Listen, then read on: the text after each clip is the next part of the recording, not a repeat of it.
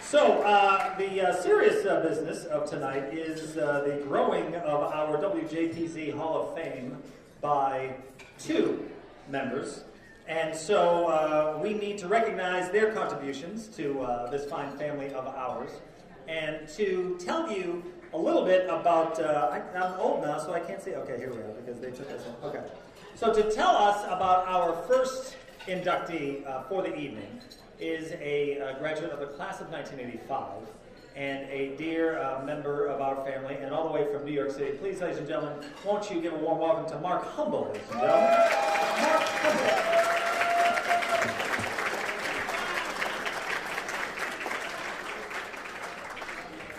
Steve? All right. Steve Donovan, ladies and gentlemen. Come on. The host with the most. And with 3 nights at Smuggler's Notch, too, which is pretty sweet. All right. Well, I wanted to thank the Alumni Association for giving me the opportunity to induct a very deserving member of the Hall of Fame. And that would be Eric Fitch. He is the... let's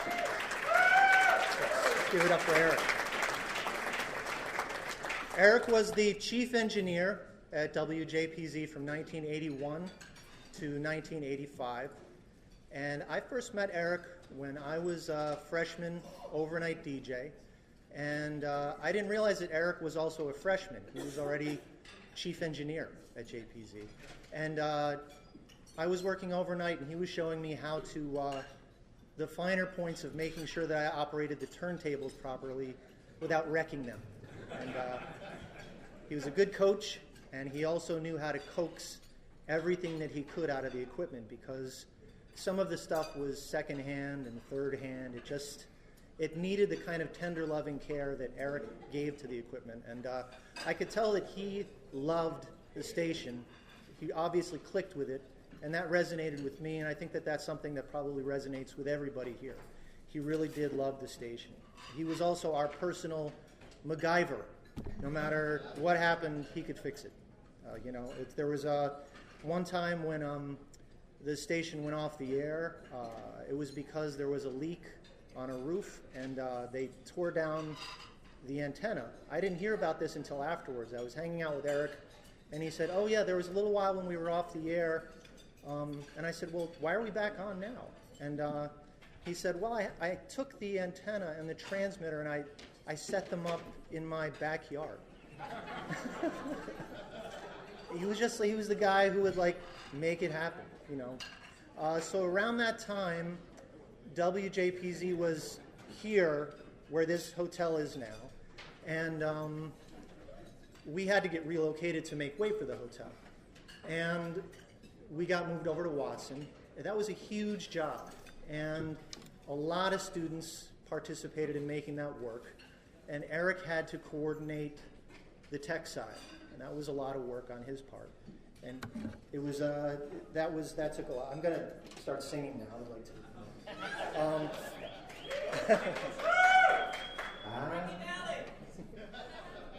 And at the exact same time that we were moving to Watson, we found out that we had a chance to find a permanent home on the FM dial. That was a huge opportunity, and we knew we had to grab it. We had to cover 2 different things at the same time, moving to the new location and also starting to move to an FM frequency. Now, we got the go-ahead from the university. We managed to get money from the SGA, which is a whole other story. And we had to rely on Eric. Eric managed to get the frequency search taken care of. Eric knew people who were able to get him in touch with the FCC. If you were to go back and look at the documents that have to do with WJPZ going on the air, Eric's name is all over everything. He was involved in getting the antenna. He was involved with helping locate the antenna on top of Day Hall. And I got a chance to work with him both as a freshman and work my way up to being general manager right before we went on the air. And we did it. We made it. And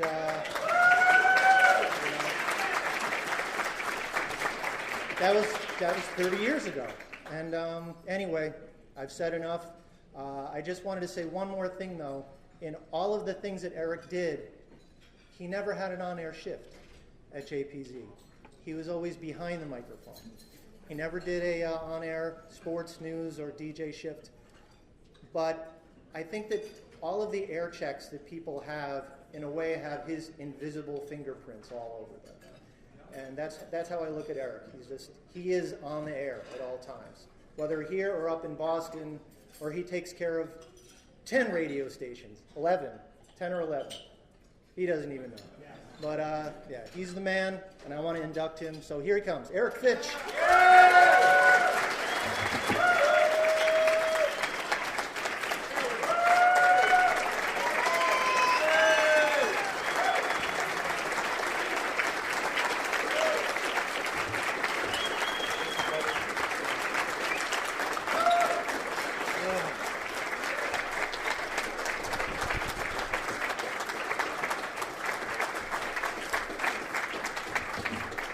Well, I'm not a public speaker, so bear with me.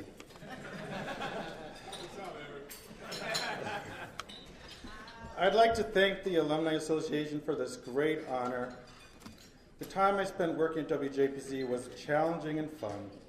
There were so many people who have nurtured the station over the past 41 years. I was lucky enough to be involved during one of the major transitions.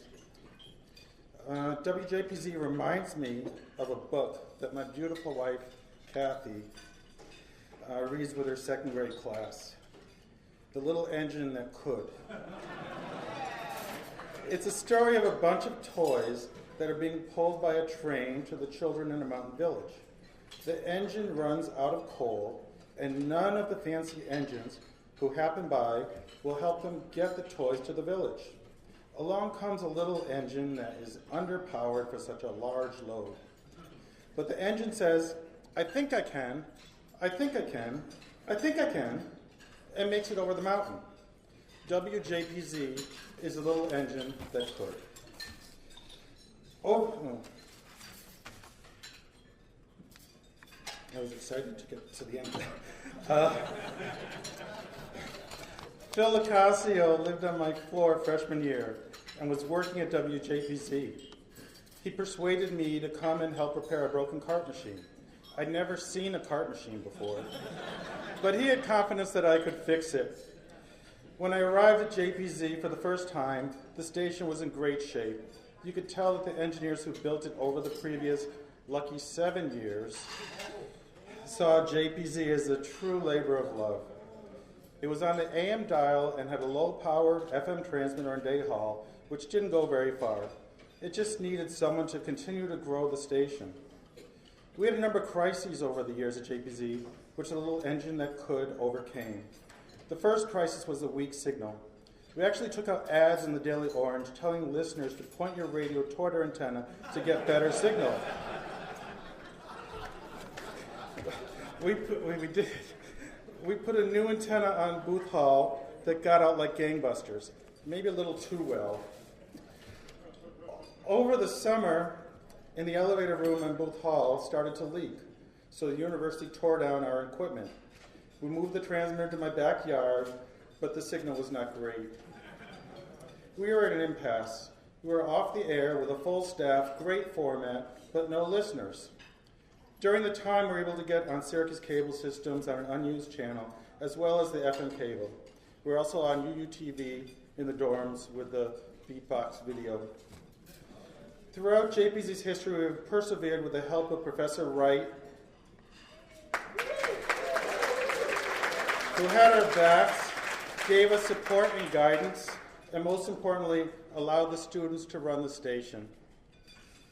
Another obstacle for the little engine was the university decided that they were going to build the University Sheraton, which meant tearing down the Spectrum building, which housed our studios. We were able to get to the university to build us new studios in Watson Hall, which were much nicer than the ones we had at 821 University, and we were able to get some hand-me-down studio equipment from WKSS in Hartford. We had some fun building that studio.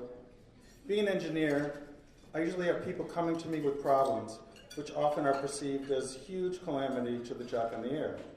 For example, it's really hard to segue between songs when only one of your turntables is working. I just viewed it as another challenge that could be solved. But once, I created a crisis for Bob Flynn, our general manager. There was a conduit between the studios, and I set up a fog machine to pump smoke from under the console while Bob was on the air. He came running down the halls saying, "The console's on fire." I looked at him with a straight face, and I said, "What color is the smoke? Is it white or black?" "White," he said. I replied, "Oh, that's okay. Black smoke would have been a problem," and I shoot him out of my office.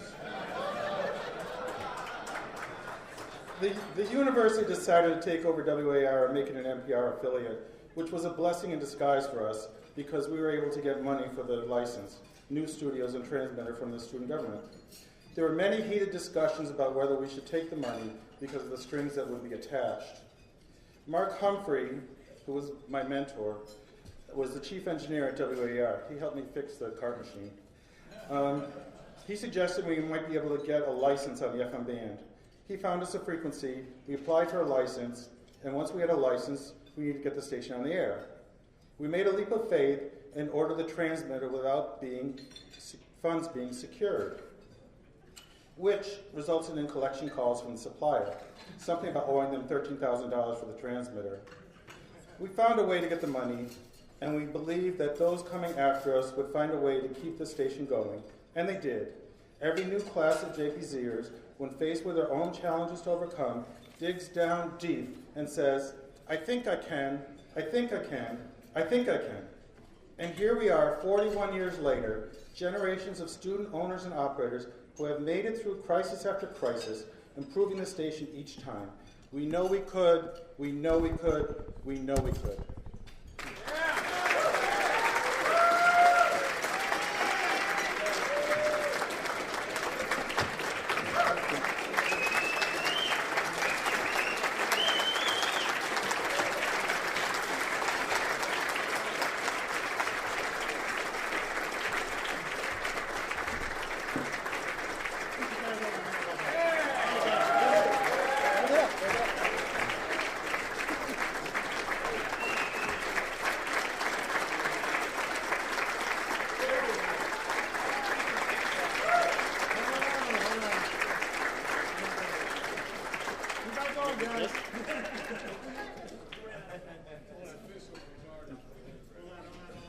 Wait, he's got to take the One other thing. As J.K. Simmons said last week, I want you all to call your mother, call your dad, if you can. Don't email them, don't text them, call them.